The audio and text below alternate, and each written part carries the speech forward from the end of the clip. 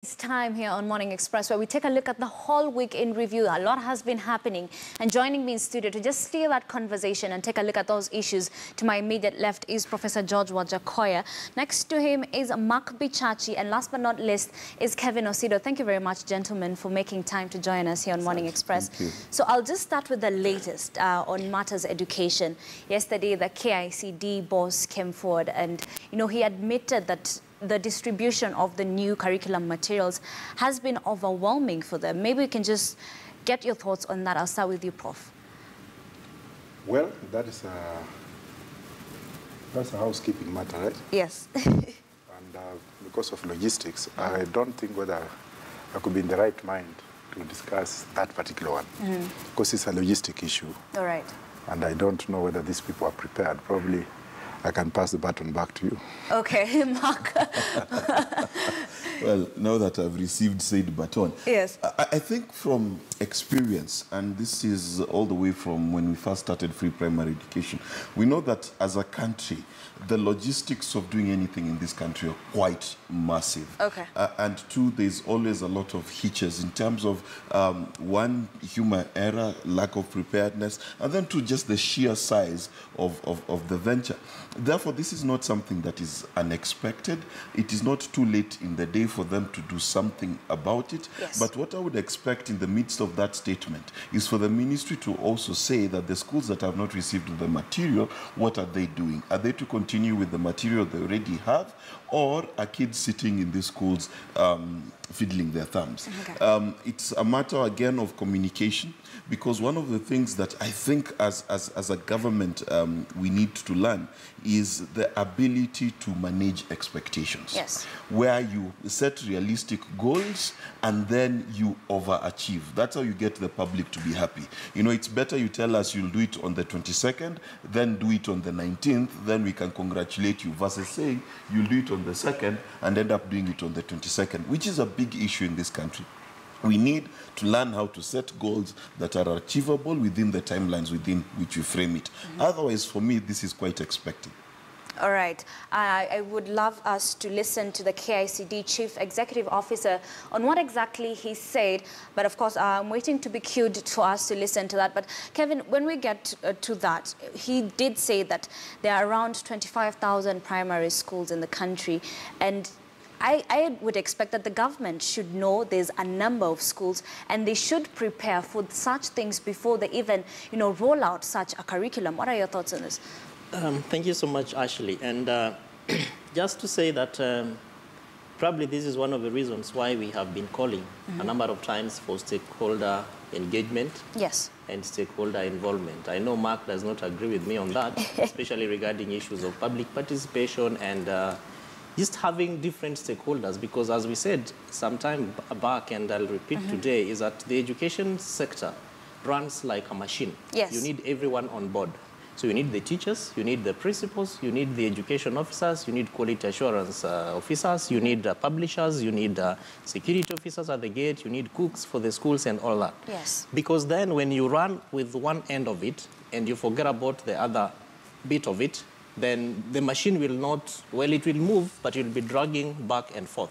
And that is what the Ministry of Education should be prepared to deal with as it is right now. Because then I think a lot of emphasis was put on one side of the machine against other parts of the whole. So as we move on, you realize that actually we need books. We need curriculum development managers to be able to oversight and all these things. Yes. And so they are trying to patch it up as we move on, which takes us back to the levels of preparedness and stakeholder engagement. Because then when you bring the stakeholders on board, they are able to help you see the bigger and the wider picture, which I don't think is what the ministry has invested in. So they are moving in bits, and then they realize that, oh yeah, by the way, for us to have a nice show, we need Ashley to be able to drive us forward and to moderate it.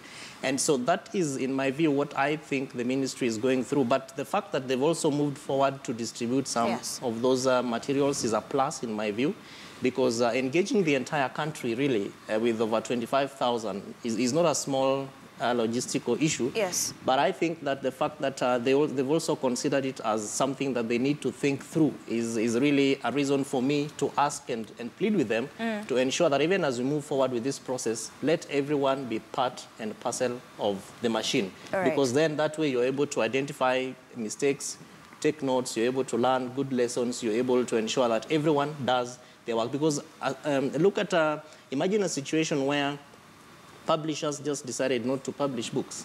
And again, as I remember watching this last evening, and the KICD boss was saying that they have identified publishers who have been given tenders to be able to do this.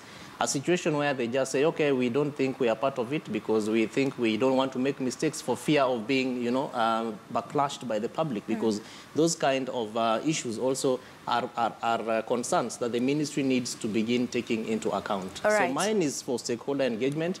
Mine is to ask them to ensure that they look at the bigger and the wider picture, and not to look at it in piecemeal and more or less trying to skip hope, and then you want to make a very jumpy step. All right. There's also the issue of painting school buses yellow. It also caused quite a stir among the stakeholders. Prof, what are your thoughts? Should we go yellow? I think I will speak from experience as an educationist. And I also like to look at success stories.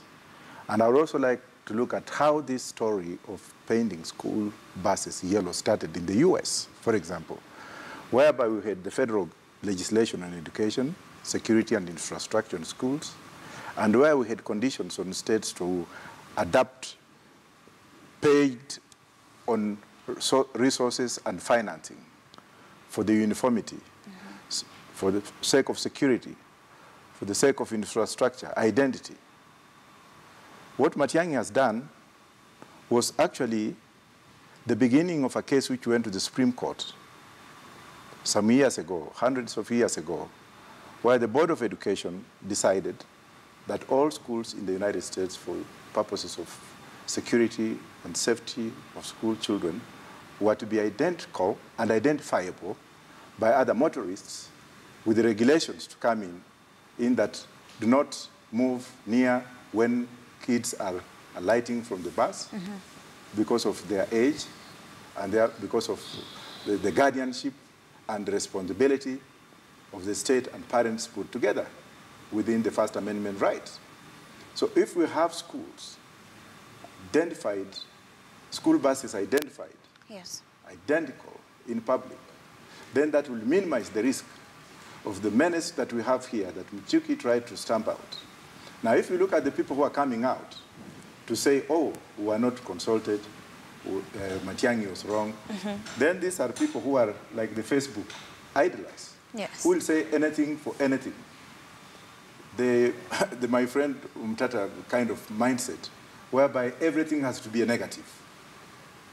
Like what has been happening before on the president, whenever he goes out, Raila also has to go to that country.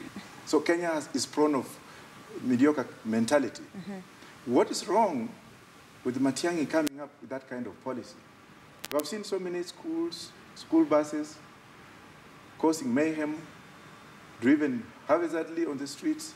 Some school buses with the potholes or shit holes in them, where kids have fallen in and died on the road.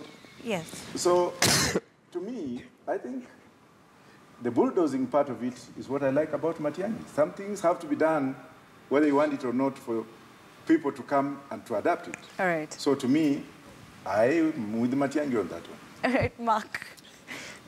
There's a word there that had me stuck for a minute. You'll forgive me. But the key thing for me is to understand two things. Number one, it is important to identify school buses. Yes. And my wish is, other than a yellow line, is that the drivers would also drive in a way that is identifiable to a school bus. Drivers of, especially the smaller van-type school buses, drive those buses, minivans, like they're driving a sack of potatoes. I have seen children piled one on top of the other as though personal space is not important. And those are some of the things that we need to address. Painting the the buses yellow is a step in the right direction, but you also need to address the character and the behavior of these school bus drivers, because how they do it is absolutely wrong. We need to address the culture. What is the speed by which you drive these kids? Okay. Where do you stop the car? Do you just turn into traffic without warning and things like that? How do the parents pick up the children from where they're dropped off? Because a lot of the time I've seen kids getting off of buses and have to cross the road. Those are things that we need to address. But there is a salient cultural issue that we need to also address. And this is probably where the ministry gets it wrong. There is a culture within schools that your school bus represents your school spirit, okay? We sang songs to our drivers. I remember one was called Shimoli, and we used to sing, Shimoli usi lale, lale, lale. You know, this was an entire culture. Now, the biggest problem that we have as a nation is we pass laws without regard of what makes us happy. For example, when Michuki wanted to debrand matatus, we fought back, not because we didn't want to identify them, but that's what makes Kenyan matatus. It is the color and the pomp and the music, and now the TV screens, and now the Wi-Fi and things like that. It's the one industry in this country where innovation has been embraced. So we need to find what is the middle ground. You know, say, paint the bottom part yellow and then have the top whichever colors that you want. Give them that leeway to be creative. I think that's the key thing. But it's a step in the right direction. We just have to consider what is the culture and the expectation of our Kenyan nation as a whole. All right. You know, Mark, you've talked about culture. And of course, you know, being Kenyans, there's always this business mind that we have. We've seen so many buses having people that are not children. Maybe this is what is being tried, you know, this is what is being curbed. Kevin, what are your thoughts on this? On what Mark has said, or on the question? On both, on both. I will not comment on what Mark has said, because I believe those are his views and his opinions. But let me just say three things. For me, it's about what is the objective. Why are we painting school buses yellow? What is the ministry's objective? What exactly are they after? What is the issue? What is the problem? Is painting buses the best thing for us to do? Okay, let's assume that, all right, we want to assure safety of our kids. Will a yellow color assure us of that safety? We've had public service vehicles painted with a yellow line. And over 2 months since October last year, we've been talking about more than 388 deaths on the roads. Did the yellow lines stop accidents from happening? I don't think so. The second thing is, what exactly is the sustainability measure? Because for this country, one of the sectors that has faced lots of changes and reforms other than security is the education sector. Yes. And one of the biggest problems that I have as a Kenyan citizen who's also benefited from the different systems is every time a new minister or a new cabinet secretary comes into the education sector, they have a change which they want to do. We had 746, I think 3. Then we had 844, now we have 2663. And every CS or every minister is coming up with a change. So what is the guarantee that even what Dr. Matiang'i is trying to do right now will be sustainable? Oh, yes. The third thing is we invest a lot in the hardware as opposed to the software. Yes. Hardware, because a bus will not move until someone gets into it and pushes it. What is the attitude of this person who is going to get into this bus to move it? And that is what I call the software. Okay. So much like that, whether we paint them red, green, black, yellow, blue, because schools also have their colors, which they are very much proud to have. Because I wouldn't be surprised if one day a new CS comes and says, all secondary schools in Rift Valley have red uniforms. Will schools really accept that? And I think that is the same thing that we are being treated to right now by the cabinet secretary. So I very much like a few things that the education sector is going through in terms of the reforms. But again, as I said earlier on, stakeholder engagement and consultation. Because what is the objective, number one? What is the sustainability approach? And then why are we doing this? And then the third thing is, can we be able to invest in the softwares, the attitude of those who are driving the buses, the attitude of the people who are even being ferried through these buses? Because the hardware, which is the equipment, the bus, really needs control. So mine is, let the ministry assure us of why this is happening, whether it is security or safety, because I think Kenyans are also very law-abiding people. You tell them, don't drive school buses at night, and out of 97% of those buses are parked by 6 o'clock, except for a few.